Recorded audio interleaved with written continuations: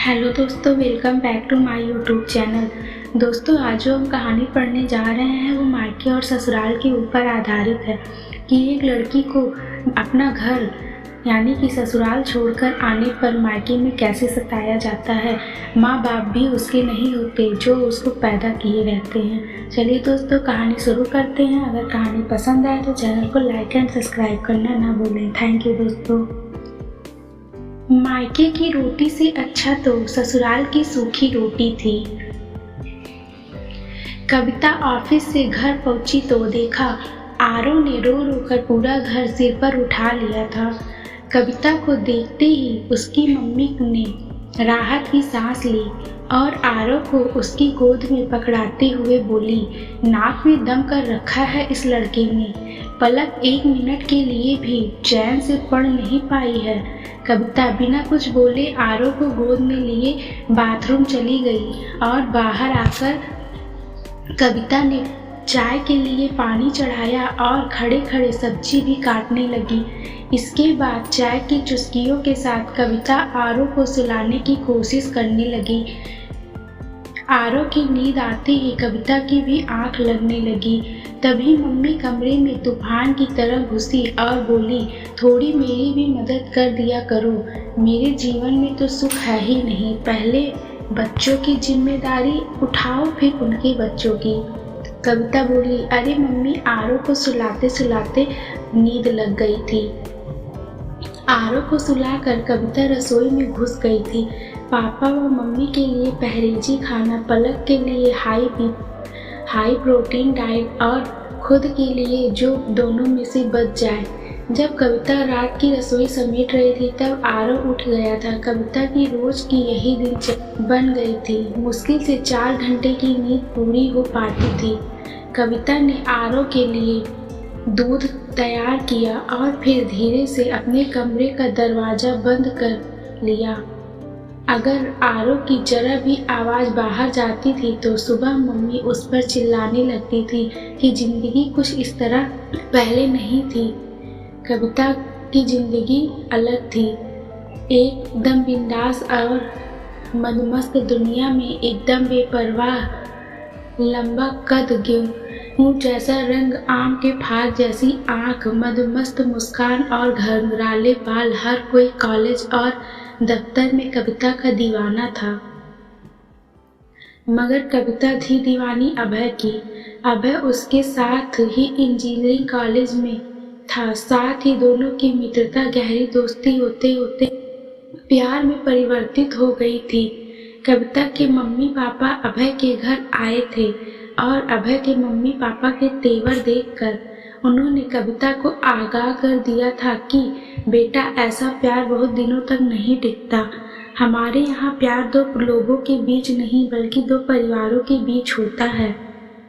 हमारा और उनका परिवार काफी भिन्न है। मगर उस समय तो कविता को कुछ समझ नहीं आ रहा था। आखिरकार कविता ने अपने परिवार को मना ही लिया और इधर अभय का परिवार भी बड़ी बेदिली से तैयार हो गया। जब कविता और अभय हनीमून पर गए तो कविता को अभय का व्यवहार अजीब सा लगा। कविता पुरुष स्त्री के रिश्ते से अब तक अनभिज्ञ थी। अभय ने जाने क्यों प्रेम पीड़ा के दौरान हिंसक हो गया। कविता पूरी तरह संतुष्ट भी नहीं हो पाती थी और अभय मुंह फेर कर सो जाता था। हनीमून से वापस आकर अभय के व्यवहार में कोई परिवर्तन नहीं आया। कविता को समझ नहीं आ रहा था कि वह क्या करे और किससे बात करे।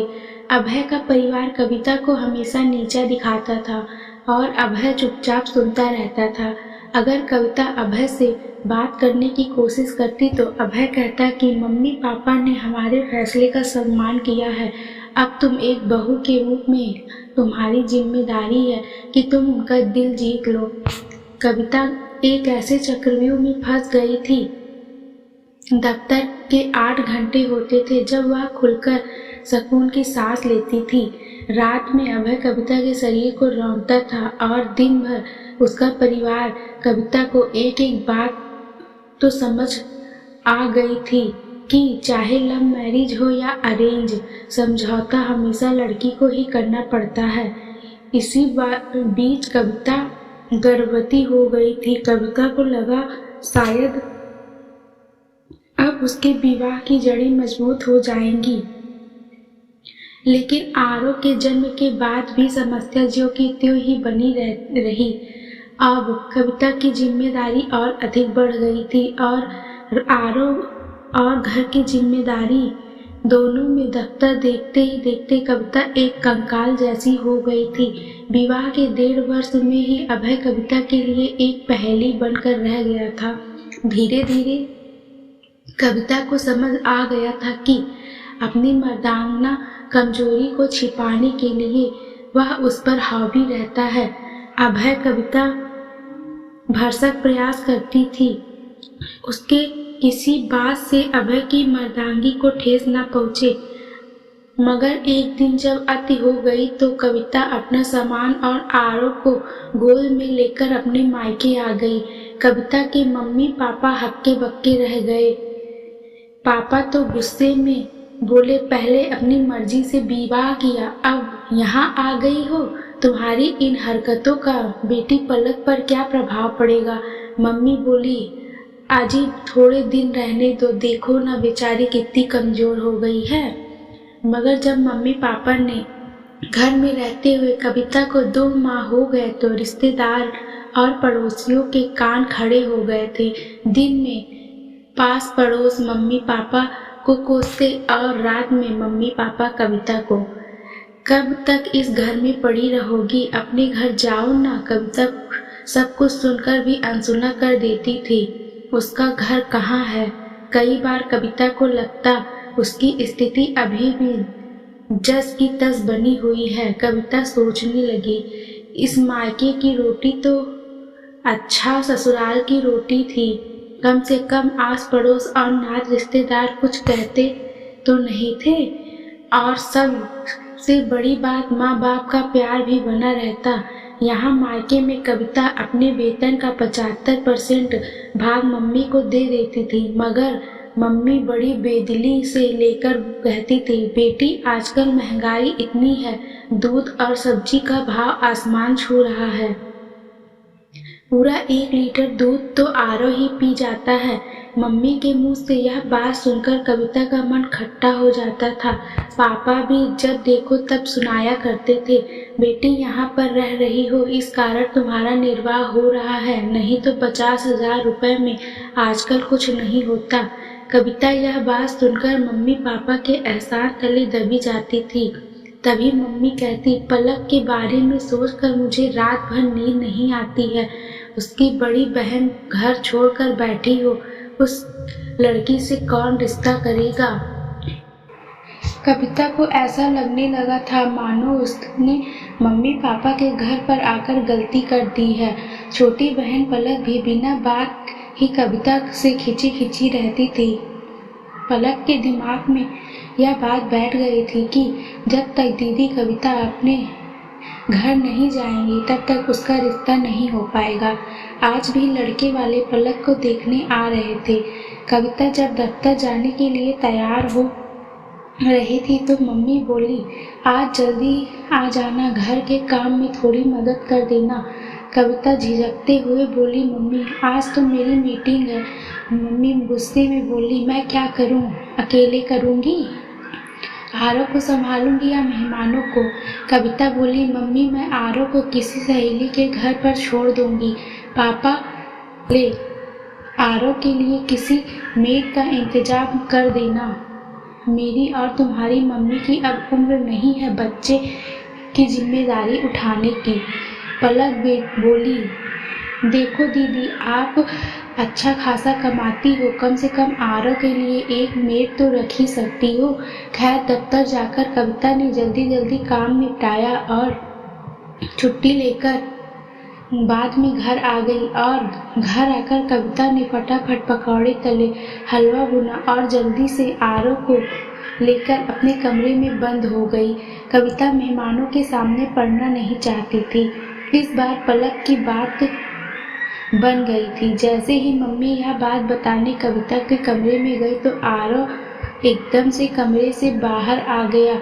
मजबूरी में मम्मी पापा को कविता का परिचय मेहमानों से करवाना पड़ा। मेहमानों ने जब कविता के घर के पते के बारे में पूछा तो पापा बात संभालते हुए बोले, अरे कविता तो अभी अपने यहाँ से आई है, हमें आरव से बहुत प्यार है इसलिए आती जाती रहती है। लड़के वालों की तरफ से लगभग बात फाइनल थी। पूरा परिवार बेहद खुश नजर आ रहा था। मम्मी पापा कविता से बोले, देखो बेटी, अब तुम अपने घर जाने के बारे में सोचो। कविता, तुम्हारी गलतियों की सजा पलक को नहीं मिलनी चाहिए। कविता सोच रही थी कि उसके मम्मी पापा इतने पत्थर दिल कैसे हो सकते हैं। उन्हें जब कुछ तो बात बता चुकी है। आखिरकार कविता ने तय कर लिया कि वह वापस अभय के घर चली जाएगी। वहाँ सुखी नहीं है तो ना सही, कम से कम उनके कारण पलक की जिंदगी में कोई समस्या नहीं होनी चाहिए। कविता ने अपनी समस्या अपने सहकर्मी स्नेहा को बताई। नेहा बोली, अरे यार, तुम क्यों एक बैल की तरह इधर उधर सहारे की तलाश में घूम रही हो? तुम एक स्वतंत्र महिला हो और अपना और अपने बेटे का ख्याल खुद रख सकती हो। कविता बोली, नेहा, मेरे पास अपना घर कहाँ है? वह घर मेरे पति का था और यह मेरे मम्मी पापा का है। मैं केवल आरव को लेकर अकेले कैसे रह सकती हूँ? नेहा हंसते हुए बोली, बेवकूफ लड़की, अपनी मर्जी से विवाह करना एक गलत फैसला हो सकता है, मगर यह कोई ऐसी गलती नहीं है कि तुम्हें इसकी रोज सजा मिले। इन सामाजिक बेड़ियों से बाहर निकलो, अपने आप को और अपना खुद घर बनाओ। वैसे नेहा दफ्तर में एक चालू महिला के रूप में जानी जाती थी क्योंकि वह अपनी जिंदगी को अपने हिसाब से जीती थी, लेकिन जिंदगी में इस मुश्किल दौर में नेहा ही थी जो कविता की बेबसी को समझती थी और उसके ढाल बनकर खड़ी हुई थी। कविता को नेहा से दोस्ती करने के बाद यह बात समझ आ गई थी कि हर स्वतंत्र महिला को समाज में चालू की संज्ञा दी जाती है। नेहा की हिम्मत देने पर ही कविता अपने बेटे को लेकर मम्मी पापा घर छोड़ने का फैसला लिया।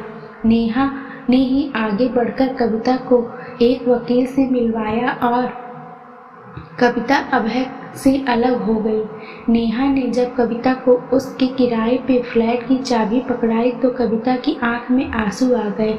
नेहा बोली, कविता, फ्लैट भले ही किराए का है पर इसमें अपना घर बनाना अब तुम्हारी जिम्मेदारी है।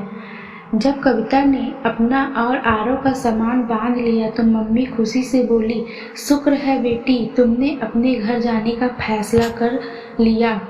कविता मम्मी की बात सुनकर बोली, मम्मी आप सच कह रही हैं, मैंने अपने घर जाने का फैसला ले लिया है।